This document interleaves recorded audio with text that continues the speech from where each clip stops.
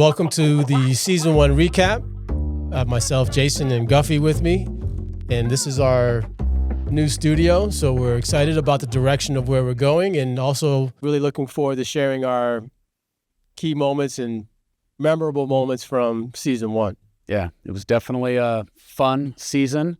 We have some things we learned. We have some highlights and some funny parts. I will say, though, for me, Jason, and I shared this with you earlier, it had been a while since I had been this uncomfortable doing something in business. I've been, at my craft for 18 or 19 years in my space. So to come up with the idea together and with other people of the podcast, it sounded like a great idea. But then to actually do it, put yourself out there, listen to your voice, watch yourself on camera. I was very uncomfortable and I had a pit in my stomach for the first 2 or 3 weeks. But that means it was good, right? Getting out of your comfort zone. How was it for you? I mean, because you thought you were just doing maybe one interview with Chris Carter and then bouncing. Yeah. Yeah, man, because it definitely exposes a vulnerability that you're not used to, and that can be very uncomfortable. You have to put yourself out there, both on camera and in voice.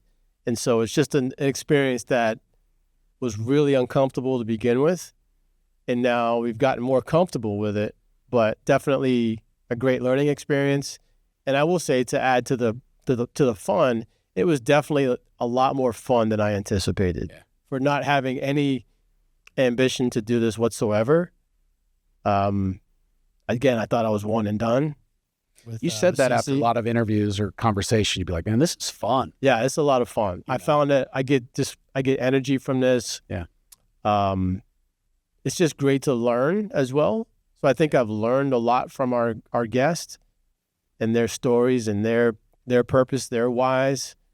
That's been part of the common denominator, right? So when you look back, what do you think you learned the most from season 1?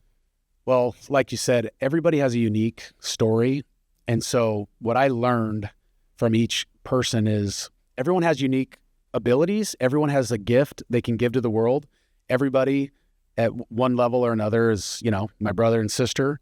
And so it was cool. Different walks of life. We had professional athletes. We had people that run nonprofits. We had construction. We had real estate. I mean, you thought you were an economist for a conversation or two in your second life. By the way, we geeked out. I geeked out afterwards on that. It was great. But we had a lot of people from all different backgrounds. And so, I think you can learn something from everybody at your company, in your family. You can learn something from, the receptionist or someone that's been here one day. They have something. They have gone through something that they can teach you. And if you have a curious nature about you that you're just want to learn and you're interested in people, man, there's no better education than people can give you, I think. Yeah, no doubt. There was also I thought, a confidence with everyone, but also a degree of humility from everyone. Yeah. Like, these are highly successful people. We were trying to say, like, come on, dude, you can brag. It's okay. They all felt uncomfortable. But just like, even Chris, gold jacket, Hall of Famer, like, there's a humbleness to Chris that's a part of his nature as well, too. So it's just from every guest had a degree of just confidence, but also a degree of humility that was really interesting and to experience for sure. Chris Waddell, to me, kind of embodied that humility you're talking about. They all have it, of course. They wouldn't be successful without humility.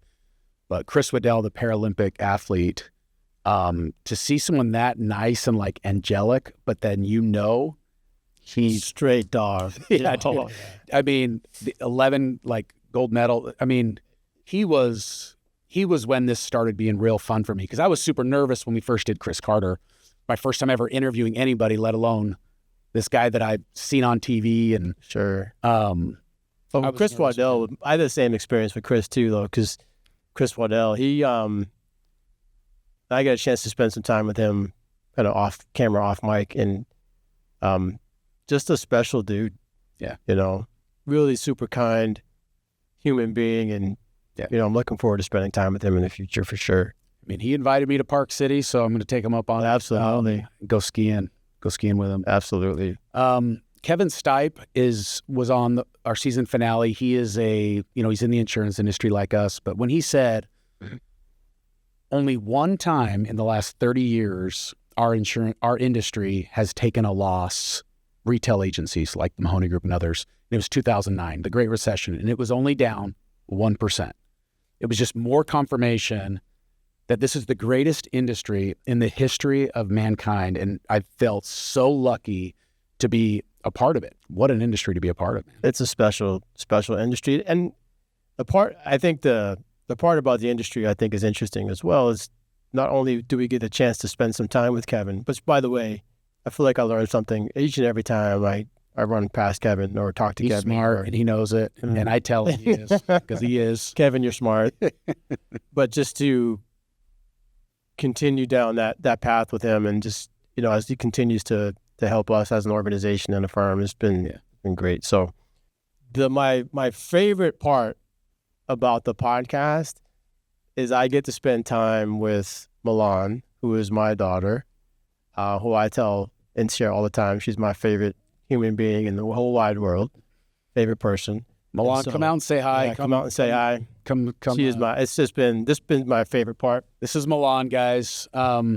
She is the brainchild and does all the production, and she's been awesome. And I am jealous. I got to work with my dad for maybe six to 8 months when I was 21. And some of the greatest memories I have is working with my pops. So it's been cool to see you guys work together, because it just reminded me of my dad. So cool. I make them sound and look a lot better. For sure. Well, how's it been for you, Milan? It's Working been with great. people like me and Jason. We're the easy ones? Yeah, I think one day I'll get what you guys are talking about when it comes to business and insurance talk.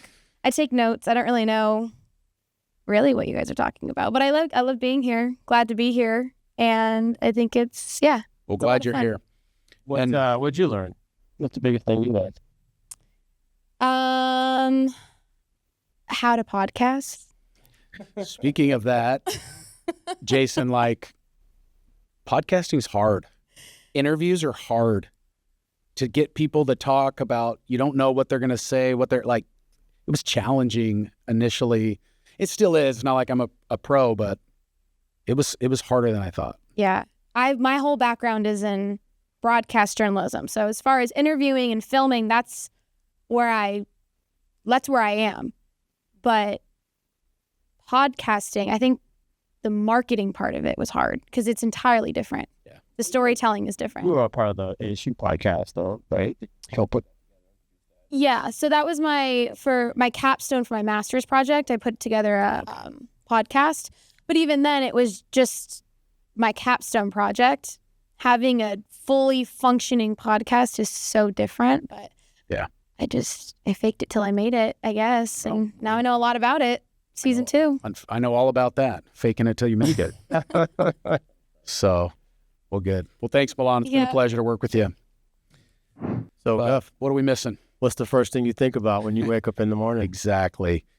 Before my feet hit the ground, I sit up on my bed, and my feet don't quite touch the floor because I'm not 6'5" like you.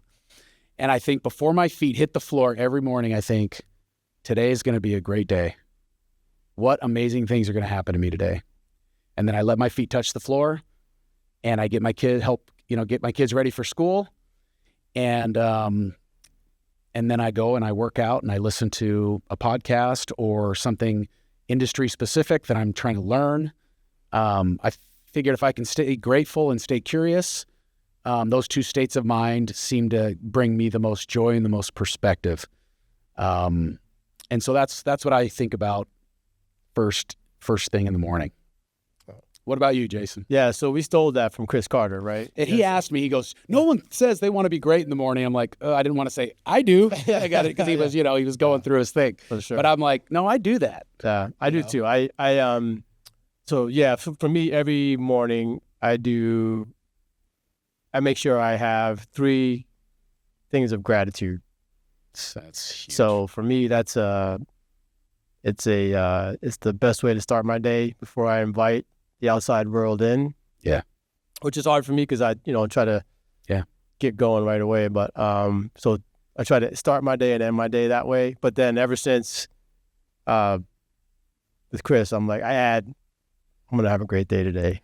I'm going to be great. I'm going to do something great, change somebody's life today, and just really go get it. So I love pretty pumped about that.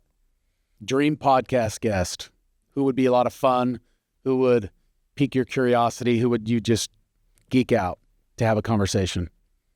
At Joe Rogan.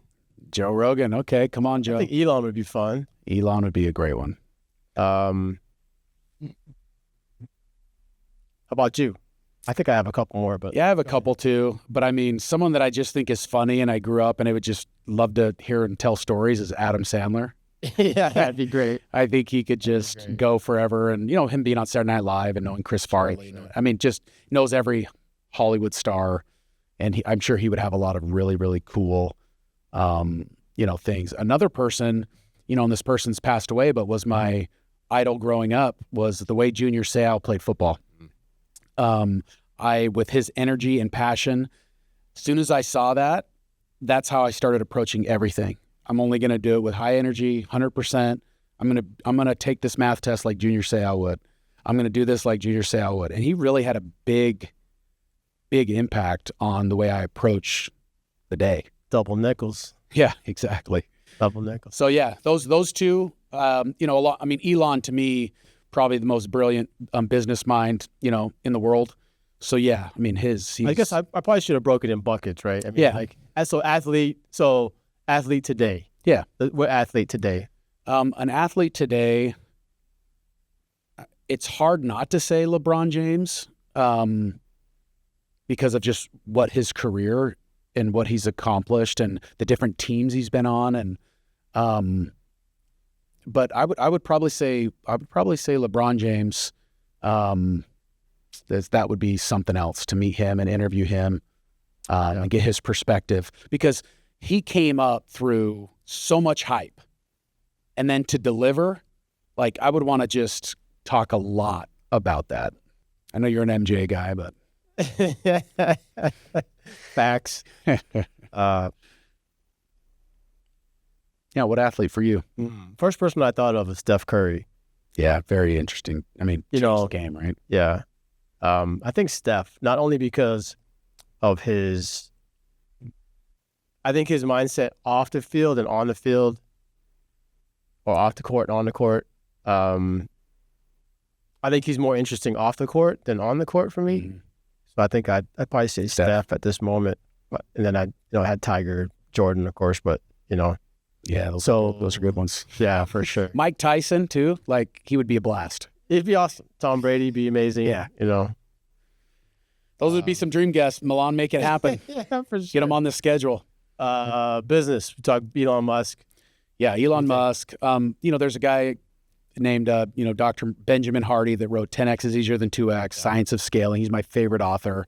I'd love to have a conversation with him. I'd like to chat with Jamie Dimon.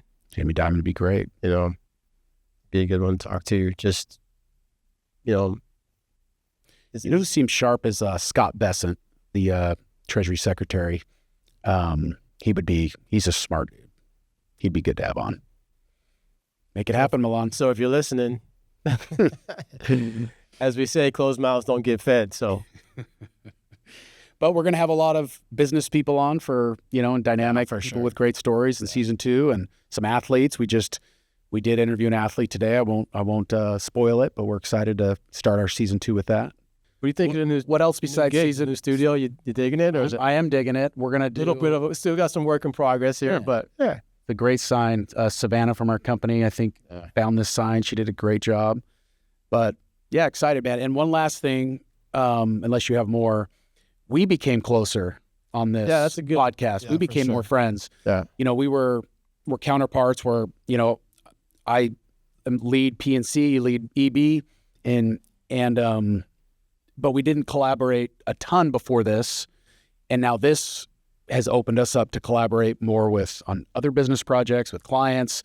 I mean, the fact that we both love to fly fish and now we do this podcast, it's like I may spend more time with you than anybody else. So, but that's been a blessing for me to get to know you. Yeah, for sure. And become not just colleagues, but better friends too. And being on the board with you, we have a great working relationship and I've always been like aligned and seen the world in a business way pretty similar. Yeah. But now getting to know you better, I think it's only going to enhance where we're taking this place along with the other leaders and board and all the producers and service staff here, Yeah, I think I agree. I couldn't agree more with that for sure. We've been able to collaborate and just, I'm actually amazed at how alike we are in a lot of ways. Yeah. Very similar mindsets a lot of times. And then, but also looking now to help take this out, sharing and getting to know others the same way, right? I think we both have that desire too. So, looking forward to obviously the future here at Mahoney Group and obviously season 2. But what a great place to be. What a great time to be here at TMG. Preach. See you next season. See ya.